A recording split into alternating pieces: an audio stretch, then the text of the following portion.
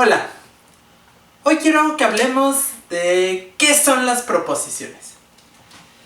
En lógica matemática, lo que nos interesa es analizar los razonamientos y los procesos que siguen los matemáticos al hacer demostraciones. De alguna forma, pues, la lógica matemática estudia desde fuera a los matemáticos. Pero para hacer esto, pues, lo primero que necesitamos es un lenguaje que sea capaz de, pues, expresar todas esas cosas que hacen los matemáticos, en particular los razonamientos y los argumentos que se utilizan cotidianamente en matemáticas. Entonces, un breve análisis de los elementos centrales en las matemáticas, los teoremas y sus demostraciones, nos deja ver algo curioso. Y es que el lenguaje que usan los matemáticos en el día a día, y solo pensando en los teoremas y en sus demostraciones, porque, bueno, sí, un matemático cuando se va a tomar un café puede usar el mismo lenguaje cotidiano que todos usamos, pero cuando un matemático hace matemáticas, cuando escribe una demostración o el enunciado de un teorema, pues algo que salta a la vista es que expresiones como ¿qué onda? ¿Cómo estás? O lava la ropa porque ya está muy sucia, o cosas de ese estilo, no aparecen en el lenguaje matemático. Específicamente, el discurso en matemáticas siempre es enunciativo. ¿Qué quiere decir esto? Pues que los matemáticos solo se la pasan afirmando cosas. El enunciado de un teorema, como si una función es diferenciable, entonces es continua, es una afirmación. Y de la misma forma, todas las proposiciones, teoremas, lemas y corolarios, y también sus demostraciones, solo son conjuntos y conjuntos de afirmaciones. Aparte, estas afirmaciones tienen una cosa bien peculiar, y es que siempre se pueden, o al menos en principio, dictaminar como verdaderas o falsas, y nunca son ambas, porque eso estaría medio extraño. Todo resulta que son características de lo que usualmente se llama proposiciones. Las proposiciones, pues, definirlas exactamente qué son puede ser un poco complicado y ahorita hablaremos de por qué. Pero algo que todo el mundo está de acuerdo que una proposición debería cumplir es eso. Que sea una afirmación, que al menos en principio se le pueda dar un valor de verdad. Se le puede decir es verdadera o es falsa. Y bueno, que no pasen cosas extrañas como que sea verdadera y falsa al mismo tiempo. Que sea o una o la otra. Entonces, estas proposiciones, vamos a ver un par de ejemplos para que agarremos un poco mejor qué son exactamente. Una oración como: hola, ¿cómo estás?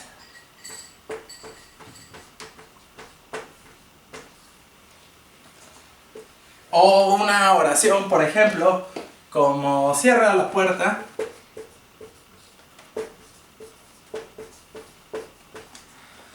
Son oraciones que usamos en el lenguaje natural cotidianamente, ¿no? Sin embargo, pues no son afirmaciones, tienen otra función social en el lenguaje.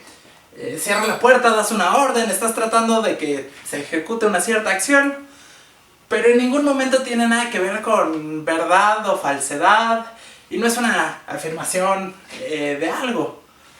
De la misma forma, hola, ¿cómo estás? Pues aunque tiene una función social muy importante para entablar una conversación con alguien, tampoco tiene nada que ver con valores de verdad, ni nada de ese estilo. Y en matemáticas, al menos si lo reducimos a los elementos centrales de las teorías matemáticas, lo que nos importa son afirmaciones. Queremos establecer ciertos hechos sobre objetos matemáticos. Y entonces usamos afirmaciones enunciativas que dicen cosas como: la nieve es blanca. Este tipo de enunciados sí son proposiciones. Uno puede determinar si es verdadera o falsa esta afirmación, aunque tal vez dependa un poco del contexto. Si acaba de nevar, seguro la nieve sí va a ser blanca, pero si piden una nieve de limón, muchas veces sale verde, ¿no? Entonces, tal vez dependa un poco del contexto, pero en general, al menos en principio, se puede determinar si este enunciado es verdadero o falso. Un poco para evitar las ambigüedades y locuras del lenguaje natural y tratar de hacer esto un poco más restringido, más enfocado y más sencillo, vamos a utilizar un lenguaje formal. Y hablaremos en otra ocasión más sobre ellos. Pero lo que ahorita nos importa es la diferencia entre proposiciones y cosas que no son proposiciones. Y dar un millar de ejemplos como estos, pues es fácil y es muy inmediato ver cuál es la distinción entre una proposición y algo que no es una proposición. Sin embargo, pues hace rato les mencioné que esta línea, esta diferencia no está tan claramente definida. Uno puede pensar en cosas un poco extrañas, como este enunciado es falso. Vamos a pensar que es una proposición, entonces podremos decir, tal vez sea verdad, ¿no? Pero si es verdad, pues lo que dice es cierto, eso significa que este enunciado es falso, entonces si es verdad, implica que es falso.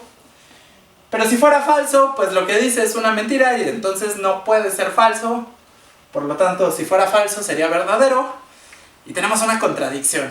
Entonces, este es un enunciado que en principio no puede ser verdadero ni falso. A muchas personas les lleva a decir, bueno, es que entonces es fácil, no es una proposición y ya. Sin embargo, eso no siempre, no es tan inmediatamente apropiado.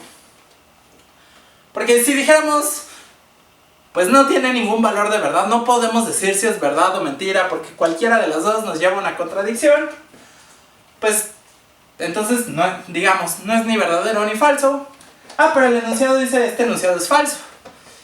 Y ya sabemos que no es falso porque no tiene un valor de verdad. Entonces lo que dice es mentira, ¿no? Es falso que este enunciado es falso. Chin, pero eso significa que entonces el enunciado es verdadero. Y esto se puede llevar más lejos. Hay quien dice, no, bueno, es que tal vez el verdadero valor de verdad es que es verdadero o falso. Ese es su valor de verdad. O es verdadero y es falso. Y cosas de ese estilo. Que necesitamos lógicas un poco más complicadas para poder trabajar. Sin embargo, siguen habiendo problemas y se le puede dar la vuelta y se pueden hacer variaciones de este enunciado que causan problemas. Entonces, pues es bastante difícil dar una definición adecuada de proposición donde una variante de esta misma oración no nos meta en problemas. Y hay cosas menos tramposas que también podemos hacer, pues para confundirnos un poco. Cosas como el rey de Francia es pelirrojo. Pues aquí es un poco extraño porque uno dice, bueno, el rey de Francia es pelirrojo. Pues Francia no tiene rey. Entonces, pues debería ser falso que el rey de Francia sea pelirrojo, ¿no? Pero, pues si es falso que es pelirrojo, bueno, entonces ¿de qué color tiene el cabello el rey de Francia? Y pues nos metemos en un problema porque no hay rey de Francia. Entonces uno puede decir, no, bueno, es que eso no tiene sentido porque te estás refiriendo a algo que no existe, el rey de Francia. Entonces no puede ser una proposición. Sin embargo, si alguien hubiera dicho esto mismo hace 300 años, pues ahí sí sería una proposición bien determinada, ¿no? Porque había un rey en Francia y pues no sé si era pelirrojo o no, pero seguro era alguna de las dos, ¿no? Entonces, este tipo de problemas hacen que sea un poco difícil distinguir que sí es una proposición de que no es una proposición. Sin embargo, pues nosotros aquí venimos a estudiar lógica matemática. Y nosotros nos queremos enfocar en los argumentos, las demostraciones, los teoremas que se hacen en matemáticas. Y afortunadamente en matemáticas no hablamos de reyes de Francia. Y estas cosas no aparecen, al menos no exactamente así, ¿no?